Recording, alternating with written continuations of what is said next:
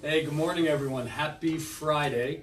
John Reynolds here again with the Reynolds FETTIG group. I'm here with my business partner, Pete FETTIG. Good morning. Our colleague, Jessica Bush. And as promised, we've dug into our mailbag of questions. And again, thanks to all of you for submitting those questions. And we found a really good one from... It's Andy in Elkridge. From Andy in Elkridge. So, Jessica, if you could go ahead and read that out. Oh, absolutely. So, Andy says, I'm a first-time home buyer, and my fiance and I have just started our house search. We don't have an agent and have just been calling the various listing agents on houses we like. We think we might have found the perfect house for us and would like to submit an offer. The listing agent says he can represent us on the purchase of the house, and I guess I don't have a problem with this, but I'm hearing that it isn't a good idea. Do you guys have any thoughts on that? Oh, yeah. Yeah. Well, first off, what the listing agent is telling you is flat out incorrect, because in the state of Maryland you can't do dual agency.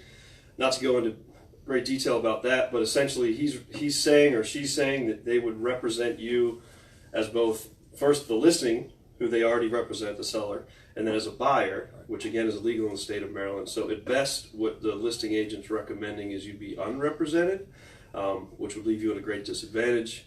The recommendation would be to get competent agency representation, which would cover you as a fiduciary, look out for all your interests, and really get you a house at a good deal and in a condition that's going to be conveyed to you as you deserve. I think John has some things to add there. Well, yeah, I mean, Pete's absolutely right. The most important, the main and plain thing to do is to get a buyer's agent. I mean, at the end of the day, the bottom line is a listing agent cannot represent a buyer on the purchase of their listing. At all.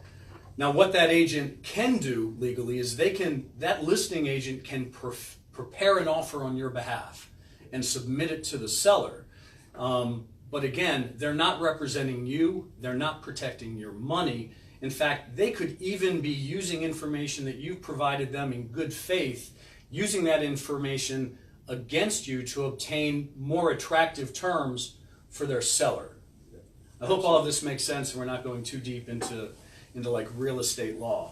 So again, the most important thing is to get a buyer's agent. A buyer's agent in the state of Maryland shouldn't cost you a dime because the sellers pay the buyer's agent. That's very important to know. Yeah. Protect yourself, protect your money, and from all of us here, congratulations on your upcoming nuptials. That's great news. And to the rest of you all, enjoy your Friday, and we'll see you next week. Can't wait. Bye.